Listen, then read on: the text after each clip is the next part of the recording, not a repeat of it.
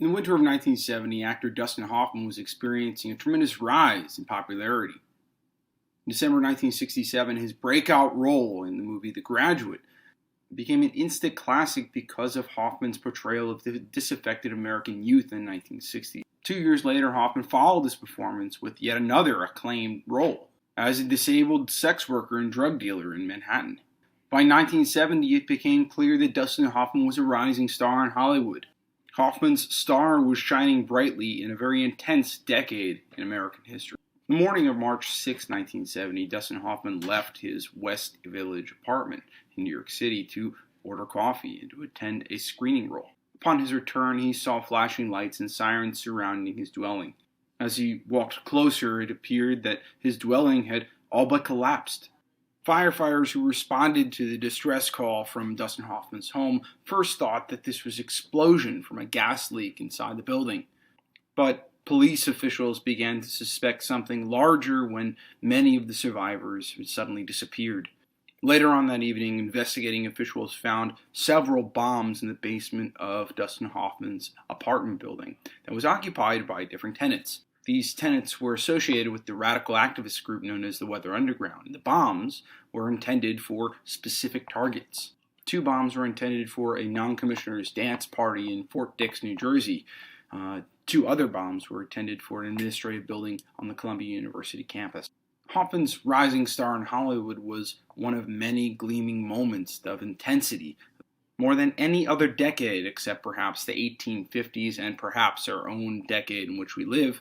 American society had become extremely polarized and radicalized through political activism. Society was fractured along political lines, and it seemed as though there was no reconciling those polar opposites. It seemed as though political discourse had devolved into violence. The 1960s were an incredibly intense moment in American history that set the stage for the rest of the century. In this lecture, we'll be talking about the continuing civil rights movement, the administrations of John F. Kennedy and Lyndon Baines Johnson, and how they progressed civil rights through their administrations. Then we'll talk about the transformation of the civil rights movement towards Black Power, and then finally the galvanization of the new left movements through their involvement with anti-war campaigns and activism associated with the war in Vietnam. As we left off from last lecture, we realized that there was another side to Eisenhower America. While the standard of living increased for many white Americans living in the suburbs, poverty was just another facet of life for Black Americans living in the country and in cities at this time. Poverty in rural landscapes was quite common, when farmers earned half the national average income. Non-white unemployment levels across America during this time were at 40%. And in addition to poverty, many blacks still face segregation and discrimination, not only in the hands of paramilitary groups like a Ku Klux Klan, but even by the hands of police. Although the progressive movements of previous eras attempted to enhance black civil rights, many blacks considered these only minor victories that failed to address the larger structural issues in American society. Integration in Eisenhower America, for example, did not occur on large scale, and not all at once. It was a slow and gradual process. By 1965, less than 2% of all Southern schools were actually integrated by that time. Increased incidences of anti-black violence continued to galvanize the civil rights movement. In 1955, the death of Emmett Till and the publicization of the images of his mutilated body stoked the antagonism and the activism of civil rights protests. And so the early years of the 1960s, we can see the organization of black protest movements into specific units. For example, as early as 1960 itself, the lunch counter boycott protests spread across the South.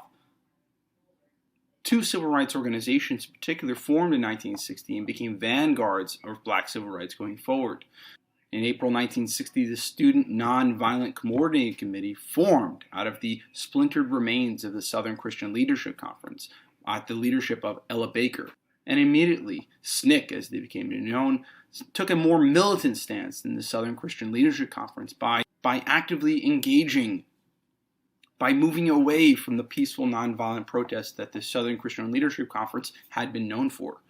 Secondly, in December 1960, the Congress for Racial Equality was formed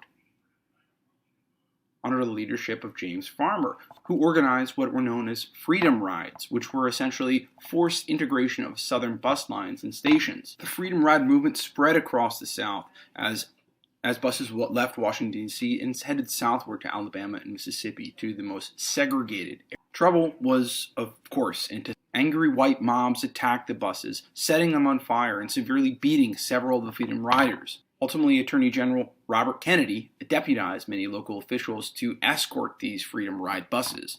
By 1963, Alabama itself had become the center of the civil rights movement.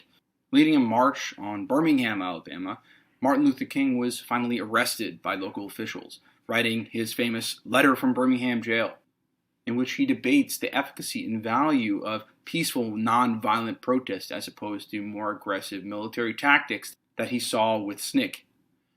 Media images here again are extremely important for galvanizing protest.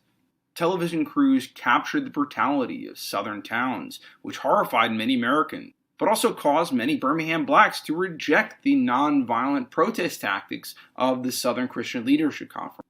Finally, by the summer of 1963, after Martin Luther King was released from jail, he led the famous March on Washington, in which he delivers the famous "I Have a Dream" speech, which again captured by news media and galvanized support around the civil rights movement. So through the first half of the 1960s, we can see an escalation of civil rights protest and a turn away from nonviolence as a form of protest. And the Kennedy administration played no small role in this development. Unlike the Eisenhower administration, Kennedy was more active in supporting the civil rights movement. The Kennedy administration appointed more than 40 black officials to prominent positions in the federal government. NAACP lawyer Thurgood Marshall, who cut his teeth on the Brown versus Board of Ed case, was himself appointed to the U.S. Court of Appeals, later serving as the first black official on the Supreme Court. Despite his heroic leadership with respect to civil rights legislation, however, Kennedy by 1963 was losing credibility and losing popularity in the polls with respect to his stance on Soviet Russia. When elected in 1960, Kennedy packed his cabinet with a host of successful businessmen and intellectuals, particularly those from Harvard. Robert McNamara, for example, who previously served as president of the Henry Ford Motor Company, served as a quite adept Secretary of Defense during Kennedy's administration, and continued on during the Lyndon Baines Johnson administration as Secretary of Defense. Overall, Kennedy's programs were moderate and followed the New Deal tradition, as did Eisenhower's administration before him. Unlike the Eisenhower administration, however, Cold War tensions came to a boil under Kennedy. And we can see this most clearly in the Cuban Missile Crisis in 1962. In 1959, communist revolutionaries led by Fidel Castro overthrew the democratically backed government in Cuba, dramatically reshaping the balance of power in the Cold War paradigm. For the first time, Soviet Union had intervened directly in America's sphere of influence in the Western Hemisphere. Aided by Soviet Russia, both financially and militarily, Fidel Castro and the revolutionaries in Cuba began installing nuclear installations, with which it would attempt to transform diplomatic negotiations with the United States. Upon learning of these nuclear installations, the Kennedy administration immediately placed an embargo on Cuba, severing the strong trade ties that had developed in the first half of the 20th century. U.S. warships surrendered the island with the ultimatum of de-escalating this development of nuclear technology, or else the warships would fire on the island. For a tense 2 weeks in October 1962, it seemed as though nuclear holocaust was at the doorstep of an American republic. From its location on the island of Cuba, communists had the potential to launch nuclear missiles at all major metropolitan areas throughout the country. In the end, the communists ultimately backed down, agreeing to disarm its military installations in Havana, agreeing to disarm its military installations in the countryside in Cuba, and capitulate to the Kennedys' demands. Nonetheless, the embargo that Kennedy imposed on Cuba remained intact throughout the rest of the 20th century and continues today. In November 1960, not more than a year after the Cuban Missile Crisis, John F. Kennedy was assassinated in Dallas, Texas. Lyndon Baines Johnson, Kennedy's vice president, was immediately sworn in as president on board the plane that was carrying the president's body back to Washington. The assassination of the president shocked the country, but from that moment, Johnson vowed to continue Kennedy's legacy with the initiative of civil rights. It's under Johnson that Thurgood Marshall is ultimately appointed as Supreme Court Justice. And there's 3 pieces of legislation under the Johnson administration that particularly addresses civil rights in the South. Number 1, the Civil Rights Act of 1964, which established a Commission of Civil Rights, which was to oversee and protect black civil rights in the South. Number 2, the 24th Amendment, which, again, of course, banned poll taxes, which was one of the major limitations for black voting rights in the South. And finally, the Voting Rights Act of 1965, which again outlawed Southern literacy tests and authorized federal supervision of Southern elections so as to mitigate voter suppression in the South. The election of 1964 was a consequential election not because it was a landslide for Johnson, but because it established a foothold for the new American conservative movement. And this is something we're going to cover in next lecture. But it's Barry Goldwater's first entrance in American national politics. From his constituency running as a senator in Arizona, Barry Goldwater formed a movement that later overtook American politics by the end of the 1970s. This conservative movement that galvanized through the This conservative movement that culminated into the election of Ronald Reagan in 1980 starts with Barry Goldwater. And he makes his first entrance as a presidential candidate in 1964. But Johnson administration was far from the epitome of the conservative movement. Johnson wanted to build a better society where, quote, progress is the servant of the neediest. Johnson recognized the political opening from the Kennedy assassination that immediately committed himself to Kennedy's agenda, and by January 1964 he expanded upon it with an unconditional war on poverty. Johnson was a passionate New Dealer. What becomes known as the Great Society is a package of legislation that Johnson pushes through Congress in order to transform American society and attend to many of the inequities left over from the New Deal. Between 1964 and 1968, more than 60 Great Society programs were put in place in the United States. Most sought to provide better economic and social opportunities by removing many of the barriers thrown up by healthcare, education, religion, and race. Johnson's Great Society program was the most consequential body of legislation since the New Deal. And we've never seen something like this since. Many of the public institutions that we know today were started by Lyndon Baines Johnson. PBS and NPR, for example, both started through Great Society programs. Medicaid, Medicare, also Great Society programs. The Peace Corps, Great Society program. Head Start, and even the Secretary of Housing and Urban Development, both part of the Great Society. We can spend an entire lecture, in fact, an entire semester going through all of the different facets of the Great Society programs. But what it amounts to is a reallocation of federal money towards social welfare benefits. The Immigration and Nationality Act of 1965 is probably the most important of these pieces of legislation in the context of our discussions this semester. So what this piece of legislation did was abolish the national origins formula established from the Johnson Quota Act of 1924, which essentially placed restrictions on non-white immigrants. So after the passage of 1965 Immigration and Nationality Act, you see those new waves of immigrants that changes the composition of the American people. In particular, you see a massive surge of immigrants from the Caribbean and Southeast Asia.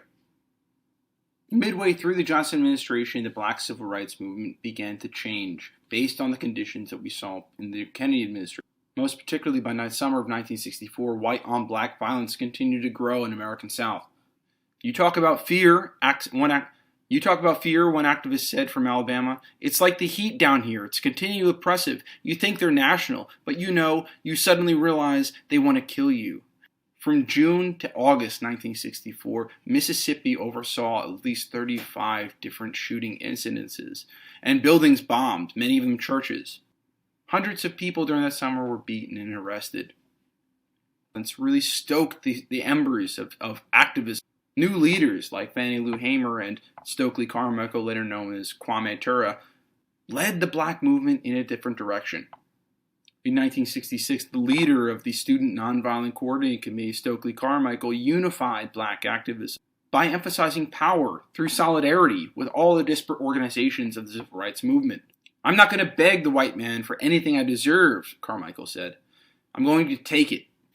And this represented a juncture away from the nonviolent tactics of Martin Luther King. This new cohort of black activists began espousing what was known as black power. And this new black power tradition rejected the nonviolence and coalition-building traditions of the civil rights groups in previous eras. By 1967, Martin Luther King himself had shifted the tone in his rhetoric by focusing on the legal rights and economic rights of black people, becoming the hero of not only the black underclass, but working people generally. In 1966, a new black organization calling themselves the Black Panthers emerged in Oakland, California. The Black Panthers were just one of the black organizations that arose during the end of the 1960s to address the limited delivery of many of the Great Society programs. They espoused welfare rights, housing issues, fair unemployment. They advocated for welfare rights, housing issues, fair employment, and anti-poverty programs. By all intents and purposes, the black civil rights movement had transformed to encompass a broader agenda and to attack many of the structural issues that limited social mobility in America. By 1968, many leaders of this new movement came under fire. It seemed as though the civil rights movement was becoming too radical to appeal to middle of the road, to appeal to moderate voters and constituencies. In April 1968, Martin Luther King was assassinated by a white racist in Tennessee, only stoking the embers of this growing movement. From 1964 to 1967, riots and uprising engulfed American cities, stemming from the exodus of middle class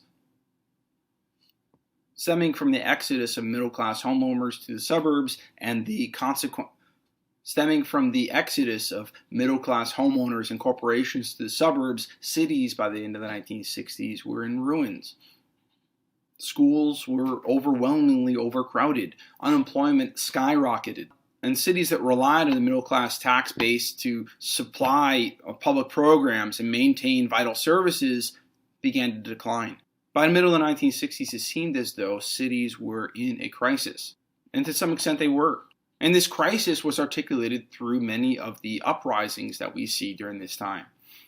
In August 1965, for example, in Watts, a suburb of LA, a drunk driving arrest erupted into a riot in which stores were looted and burned to the ground, cars were overturned and set ablaze, and firefighters were even attacked. More than 900 people were injured in the Watts protests, and more than $45 million in property was destroyed. And we see this also in the Newark Uprising 1967, in which another incident of police brutality stoked a devastating riot in the city. Many of these riots were associated with many of the structural issues that the Black Power leaders are fighting for, namely unemployment, inequality, police brutality, and many of the structural and economic issues that were underpinning black poverty in cities in the 1960s.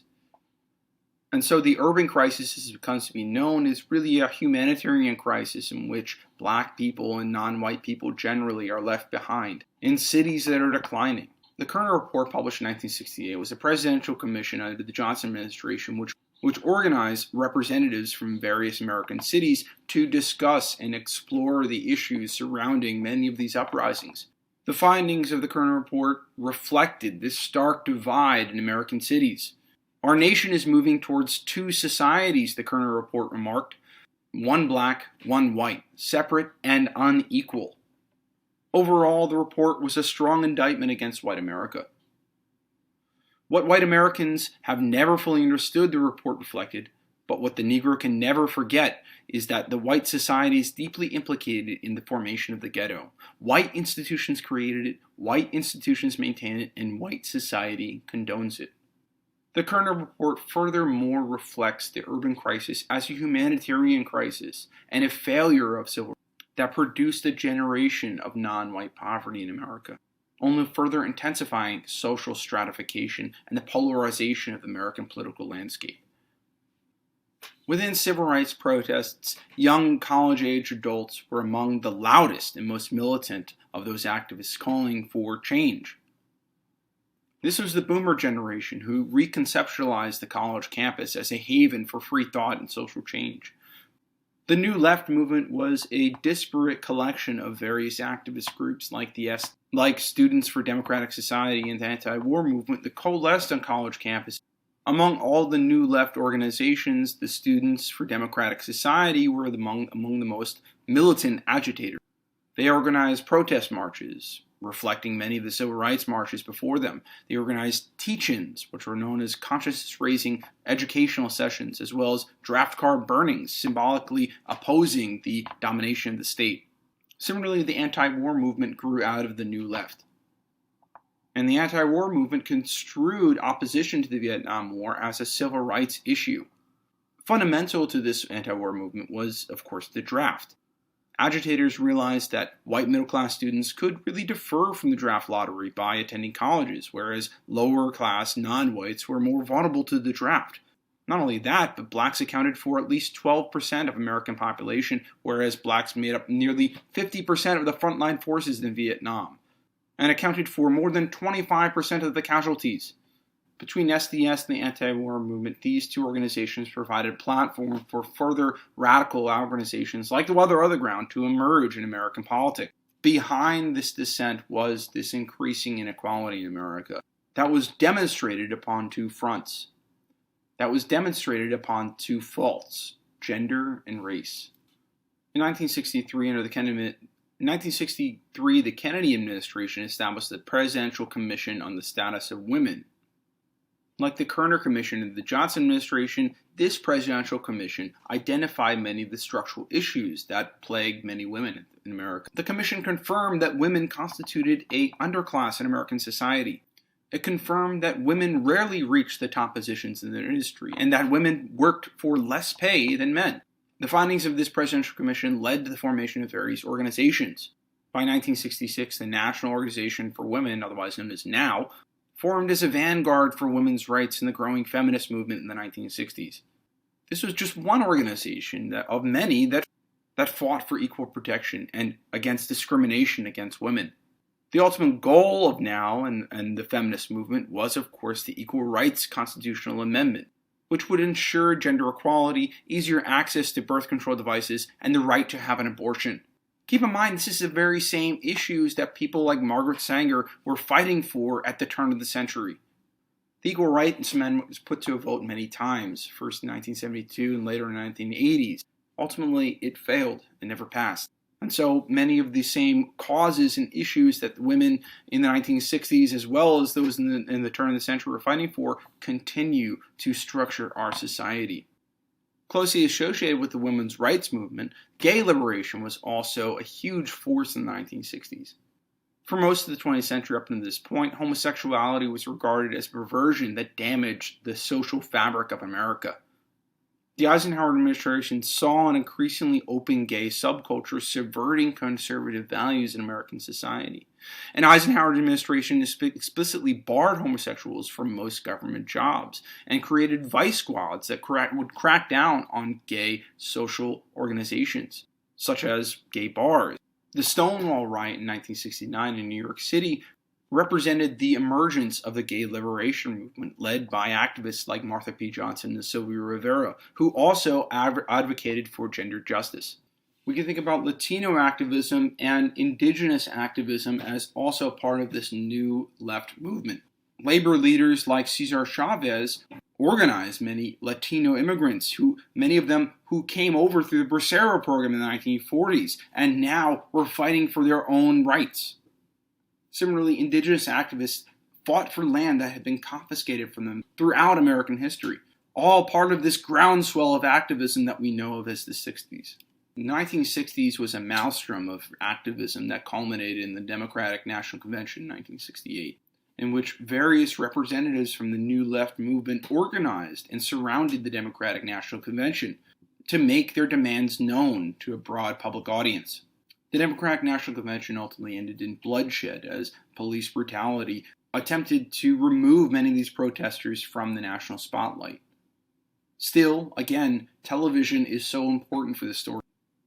News crews captured the image of violence and police brutality that circulated throughout the country, and further disaffected many middle-of-the-road American voters that saw these images and the violence on their television screens. The 1960s ended with the rise of the right. Under extreme stress, Johnson refused to run for a second term, leaving the Democratic Party fractured by radicalism. Recognizing a political opening, Richard Nixon seized on this political vacuum in attempting to appeal to middle-class voters across the country. The presidential election in 1968 wasn't even close. Hubert Humphrey, the Democratic candidate who ran against Kennedy in the primary in 1960, lacked the charisma that Kennedy and even Johnson had. To many Americans, Richard Nixon represented a candidate who can restore law and order, so to speak, and some sense of solidarity in American politics. Ultimately, many American voters were looking for stability in American politics. And this is something that Nixon thought that he could deliver. Overall, the presidential election in 1968 transformed the American political landscape. And this is something that we're going to talk about in the next lecture with the rise of the right. So some key terms in this lecture that you need to keep in mind for the final exam are SNCC, of course, the March on Washington, the Cuban Missile Crisis, the Immigration and Nationality Act in 1965, the Great Society, who was Marsha P. Johnson, who is Fannie Lou Hamer, Stokely Carmichael, the Kerner Report, and the Feminine Mystique.